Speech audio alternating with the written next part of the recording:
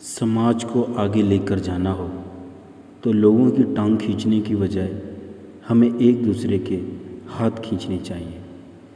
दोस्तों, बहुत ही गहरी बात कही है लिखने वाले ने और 100% बिल्कुल सच बैठती है ये बात।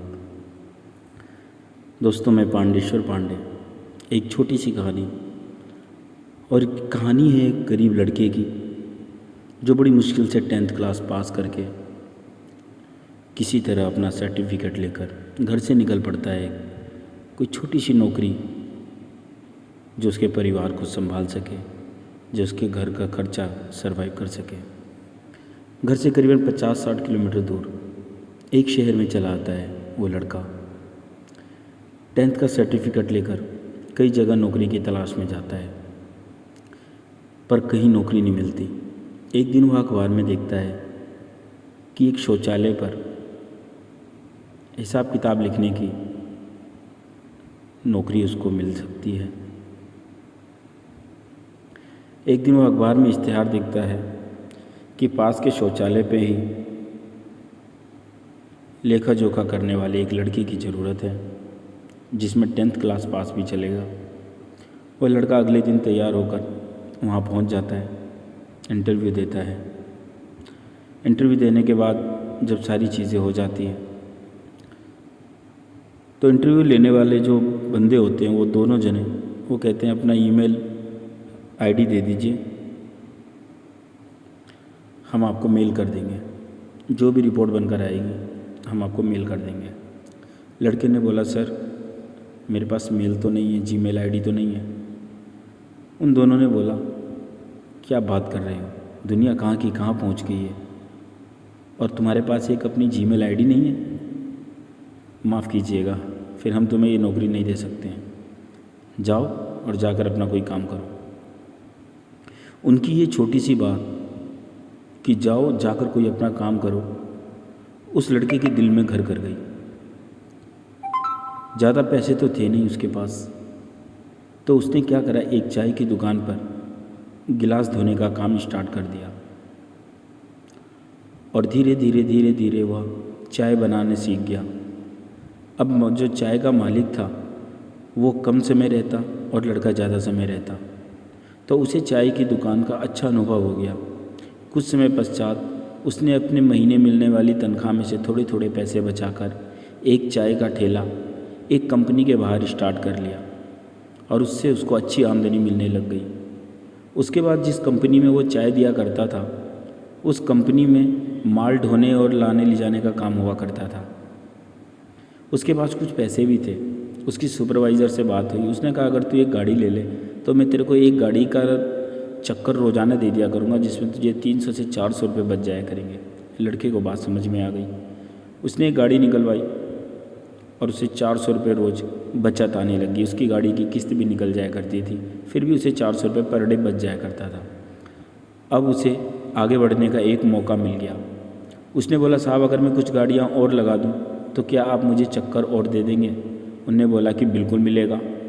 इसी तरह वो एक गाड़ी, 2 गाड़ी, 3 गाड़ी, 4 गाड़ी उस कंपनी में लगाता गया और फिर धीरे धीरे धीरे एक समय ऐसा आया कि वह कंपनी उसने खरीद ली। वह शहर के नामी गिरामी रईस लोगों में उसकी गिनती होने लगी।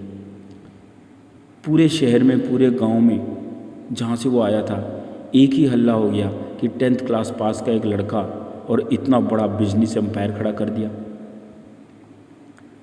जब यह बात सारे शहर में फैल गई तो कई न्यूज़ चैनल वाले उसका इंटरव्यू लेने के लिए आए।